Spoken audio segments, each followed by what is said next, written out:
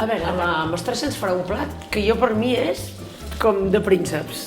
Per lo simple que és i quedes molt, molt bé. O sigui que ja pots començar. Són sapietes. Poden ser fresques o poden ser congelades, perquè precisament la sèpia congelada és el que aguanta més i és tan bona com la fresca. L'hem de netejar per sobre, perquè ens quedi sencereta. O sigui, sèpia, all i julivert amb oli, la ceba, pebre, però la ceba, que és aquella que hem punxat, necessitem que estigui més torrada. Per això, a part, l'hem posada al foc perquè ens quedi una mica més caramelitzada. Perquè això és una tosta de pa, que l'hem de cobrir de ceba i després li hem de posar la sèpia. I l'all i julivert més fàcil no pot ser. Comencem posant les sèpies a la planxa. Si estan amb un bon foc no triguem gens a fer-lo aquest plat.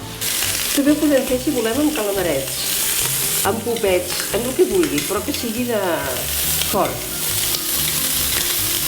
A part, llavors també, aquest pa que veieu aquí, agafeu pa de mollo i el torreu una mica perquè queda més cruixent. Veus, i la ceba, ara ja ens està quedant una mica més. Ha de ser molt caramel per fer aquest plat.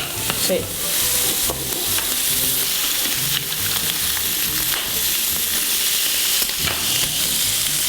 Quina olor fa la sèpia, l'all i julivert, el calamar quan ho cous?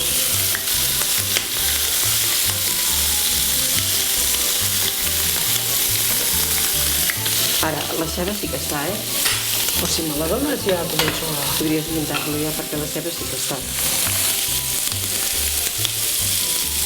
Això si la voleu fer tan llarga i si no en feu dues de més petites, Jo perquè pel muntatge i pel plat que tinc, m'agrada més avui fer-ho així. Ja està bé. Mira si dona de si la ceba i mira si dona de si tenir-ho a la nevera i resulta que tinguem pa i comprant unes sapietes o uns calamarets ja tenim un plat fet. Què et sembla, ja estan? Jo per mi sí. I julivert per sota. Una mica de julivert sí que a mi... I ja està. I veieu, aquí teniu la tosta de sèpia amb ceba caramelitzada.